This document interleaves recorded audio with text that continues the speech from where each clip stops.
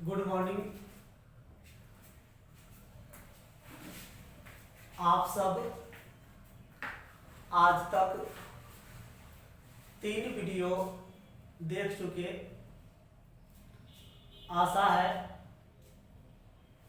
सब अच्छा से समझ में आ गया हो आप लोग को। आज के वीडियो में हमें परासरण दाब या परिसारक दाब का चर्चा करना है। परासरण दाब या परिसारक दाब एक तरह का बाह्य दाब होता है जो किसी विलयन पर आरोपित होता है और विलायक के प्रवाह को रोक देता है। इस टॉपिक में आप सब विद्यार्थी 2 टॉपिक बहुत ही सुटेबल और एग्जाम माइंड का होगा। वो ये कि परासरण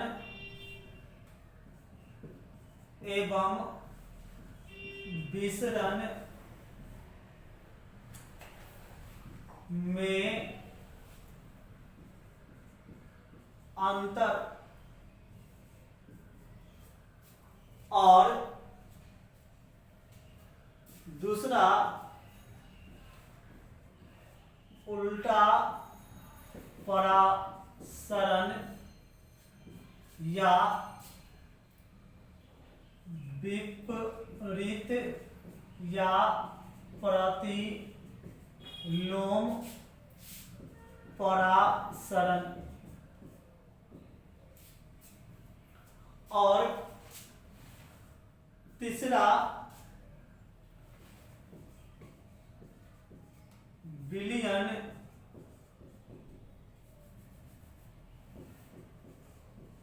स्थिरांक। ये 3 टॉपिक इस चैप्टर का बहुत ही ज्यादा सुटेबल है आप सबों के लिए। परीक्षा की नजरिए से आपको नोट्स में इन तीनों का डिटेल्स और अंतर मिल जाएगा। आप सब इस तीनों को तैयार करके और पिछले वीडियो में हमने क्रायोस्कोपिक स्थिरांक और एबुलियोस्कोपिक स्थिरांक के बारे में बताया था और हमने आपसे कहा था कि वो भी एग्जाम माइंड का टॉपिक है, क्वेश्चन है। आप अभी तक के वीडियो में इतने सारे क्वेश्चन को एग्जाम की नज़रिए से प्रिपेयर कीजिएगा ताकि कंसेप्ट के साथ साथ एग्जाम की तैयारी भी हो सके। आइए परासरण दाब को थोड़ी और जानते हैं। परासरण दाब का इस्तेमाल हम लोग के फेफड़े में होता है रक्त शुद्धिकरण के दरमियान। इसके अलावे परासरणी दाब के इस्तेमाल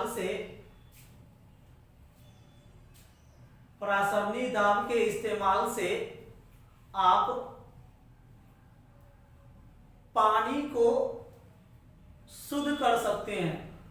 हमारा लेटेस्ट टेक्नोलॉजी एक्वागार्ड टैंक या जो भी वाटर प्यूरिफायर है परासरणी दाब के कंसेप्ट पर ही काम करता है। नेवी वाले परासरणी दाब के इस्तेमाल से ही समुद्री जल को जो पीने योग्य नहीं होता उसे शुद्ध करके पीने में इस्तेमाल में लाते हैं। इनमें उन्हें अर्धपारगम्य झिल्ली, सेमी परमिएबल मेम्ब्रेन, शॉर्ट में लिखता है SPM की आवश्यकता होती है, जो एक तरह का लेदर से बना होता है। समुद्री जल को वो एक टैंक में, टंकी में जमा करते हैं। उस टंकी के दूसरे ओर लेदर का SPM झिल्ली, सेमी परमिएबल मेम्ब्रेन लगा होता है। दाब आरोपित करने के बाद SPM का, सेमी परमिएबल मेम्ब्रेन का सबसे बड़ी विशेषता है कि वह अपने से होकर विलायक को तो जाने देगा लेकिन विलेय पदार्थ को नहीं जाने देगा। परिणाम यह होता है कि समुद्र के पानी में घुला हुआ नमक और अन्य लवण एक ही टंकी में रह जाते हैं, दूसरी टंकी में सिर्फ पानी ही जा पाता है और उसे फिर वो अगले चरण में शुद्ध करके पीने में लाते हैं। अर्थात हम लोग के लंग्स में रक्त शोधन के दरमियान, वाटर प्यूरिफायर में पानी शुद्ध करने के दरमियान, अथवा नेवी वाले जो समुद्र में ड्यूटी करते हैं वे समुद्री जल को इसी तकनीक से शुद्ध करके पीने में इस्तेमाल करते हैं। अब हम लोग भी परासरणी दाब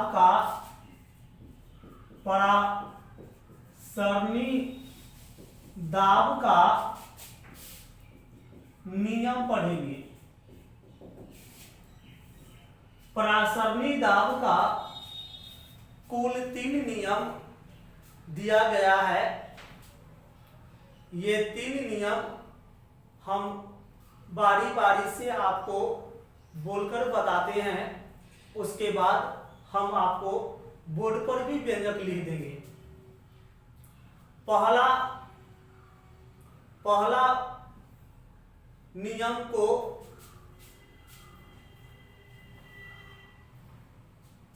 बॉयल-वांट-हॉफ का नियम, दूसरे नियम को बॉयल-चार्ल्स का वांट का नियम,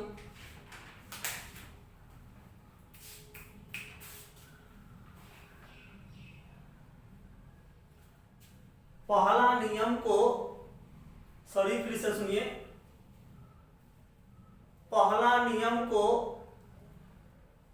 बॉयल वांट का नियम कहा जाता है। इस नियम में कहा जाता है कि किसी तनु विलयन का परासरणी दाब पहला नियम या बॉयल वांट का नियम, इसमें कहा जाता है कि किसी तनु विलयन के लिए परासरणी दाब पाई कैपिटल, किसी तनु विलयन के लिए परासरणी दाब कैपिटल पाई समानुपाती होगा सांद्रण का, अर्थात विलेय के सांद्रण का। हम लिख सकते हैं पाई समानुपाती C या पाई बराबर K1 इंटू C, जहां K1 अथवा इसे आप K ही लिखिए, K स्थिरांक है स्थिरांक है, अर्थात k बराबर पाई बाई सी। दूसरे नियम को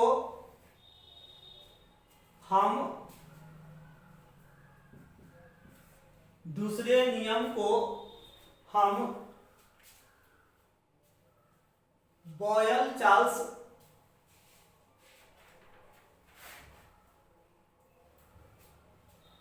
अथवा यूं कहिए सर तो हम सीधा कह सकते हैं चार्ल्स वांट का नियम कहते हैं। इसमें कहा जाता है कि किसी तनु विलयन का चार्ल्स वांट का नियम,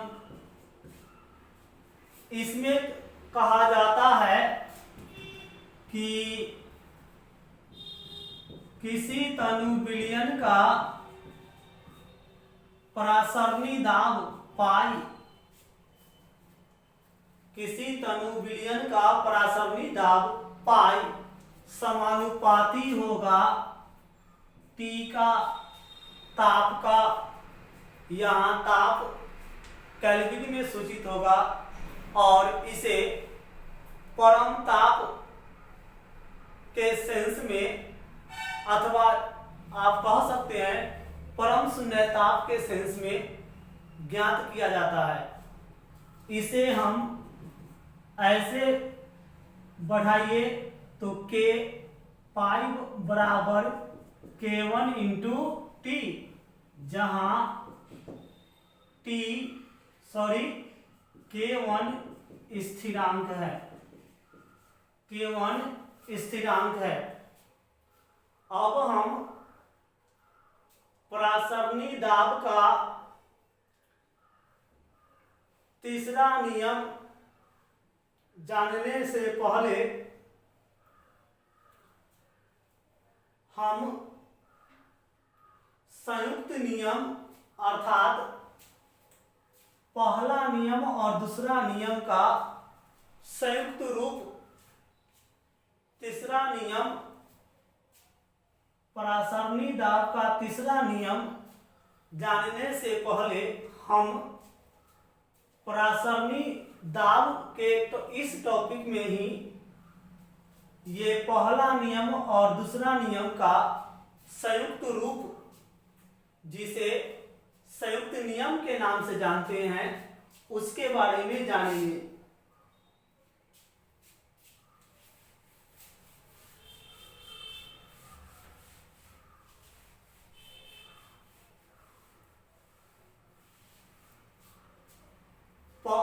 पहला नियम संयुक्त नियम अर्थात पहला नियम जोड़ दूसरा नियम, पहला और दूसरा नियम को जोड़ने से हमें पहला नियम से क्या मिला, पाई समानुपाती सी, और दूसरा नियम से प्राप्त हुआ पाई समानुपाती टी।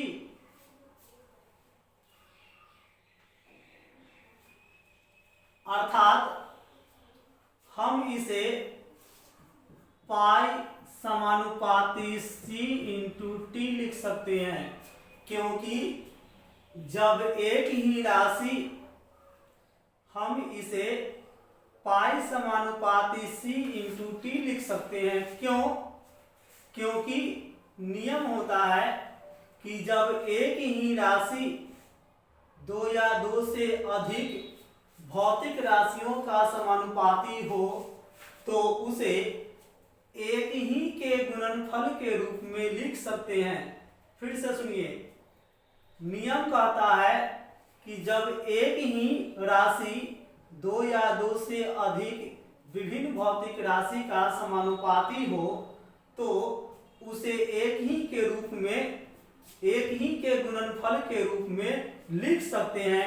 इट मीन्स पाई बराबर एस इंटू सी इंटू टी, जहां एस स्थिरांक है, इसे ही विलियन स्थिरांक के नाम से जानते हैं। अर्थात हम लिख सकते हैं पाई बराबर सी एस टी। अब परासरणी दाब के तीसरे नियम की ओर चलिए। परासरणी दाब का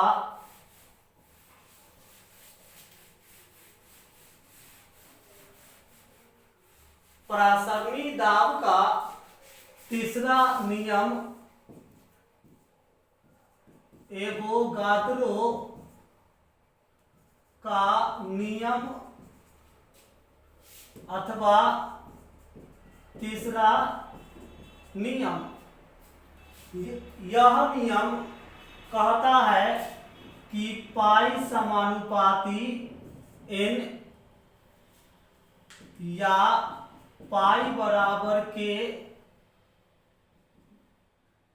इंटू n, जहां के स्थिरांक है। अब परासरणी दाब के लिए इन तीनों नियमों को, पहला नियम, दूसरा नियम और तीसरा नियम, इन तीनों नियमों को जोड़ करके जो व्यंजक प्राप्त होगा, हम उसी व्यंजक के सहारे अंकीकी का बनाएंगे। अर्थात पहला नियम से पाई समानुपाती सी, दूसरा नियम से पाई समानुपाती टी और तीसरा नियम से पाई समानुपाती n। तो हम पाई समानुपाती n सी टी लिख सकते हैं और इसे ही हम लिख सकते हैं पाई बराबर r into n C T. अर्थात पाई बराबर n सी आर टी। अर्थात यदि c बराबर 1/v, अर्थात n बराबर 1, तो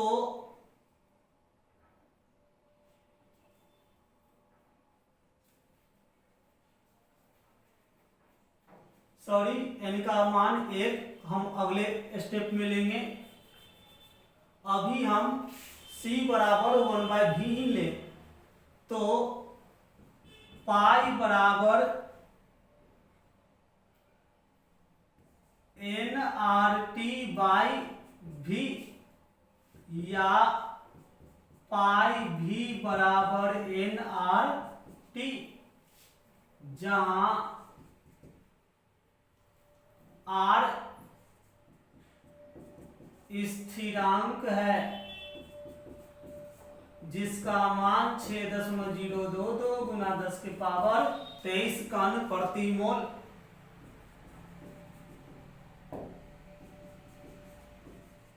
पर मोल और n मोलों की संख्या। अब इसी व्यंजक से हम चाहें तो विलेय पदार्थ का आणविक द्रव्यमान ज्ञात कर सकते हैं। अर्थात परासरणी दाब से विलेय का आणविक द्रव्यमान का व्यंजक। तो सर पाई भी बराबर nRT, जहां n विलेय के मोलों की संख्या, और हम जानते हैं कि विलेय के मोलों की संख्या का सूत्र B/m, जहां B विलेय का द्रव्यमान, m विलेय का आणविक द्रव्यमान। तो समीकरण 1 में n का मान रखने पर पाई भी बराबर B/m इंटू RT, या पाई भी इंटू m बराबर BRT, या m बराबर BRT बाई पाई भी। इसीलिए m बराबर BRT बाई पाई भी। प्रत्येक अक्षर का मीनिंग देख लीजिए। m विलेय का आणविक द्रव्यमान, b विलेय का द्रव्यमान, r गैस स्थिरांक, T ताप केल्विन में, पाई परासरणी दाब और v विलयन का आयतन। एक छोटा सा मिस्टेक हुआ, r का वैल्यू ये नहीं होता। r का 3 वैल्यू होते हैं। एक होता है 8.314 joule kelvin inverse mole inverse. एक होता है 0.0821 लीटर ATM डेग इनवर्स, और एक होता है 2 कैलोरी। आपकी जो आवश्यकता हो आप उसका इस्तेमाल कीजिए। और परासरणी दाब के इस व्यंजक पर टेक्स्ट बुक में भारतीय भवन में आंकिकी है, और हम आप सबों से ये कहना चाहते हैं कि विलयन चैप्टर में लास्ट टॉपिक आपका यही था, परासरणी दाब। इसके बाद लिटरेचर पोर्शन का कुछ छोटा छोटा टॉपिक है जो आपको नोट्स में तो मिल जाएंगे, लेकिन आंकिकी संबंधित को जो टॉपिक है वो यही है। आप टेक्स्ट बुक में जो भी आंकिकी है बनाओ, और जो प्रॉब्लम होता है पूछ लो, इसलिए कि आपका एग्जाम भी NCERT से ही होता है।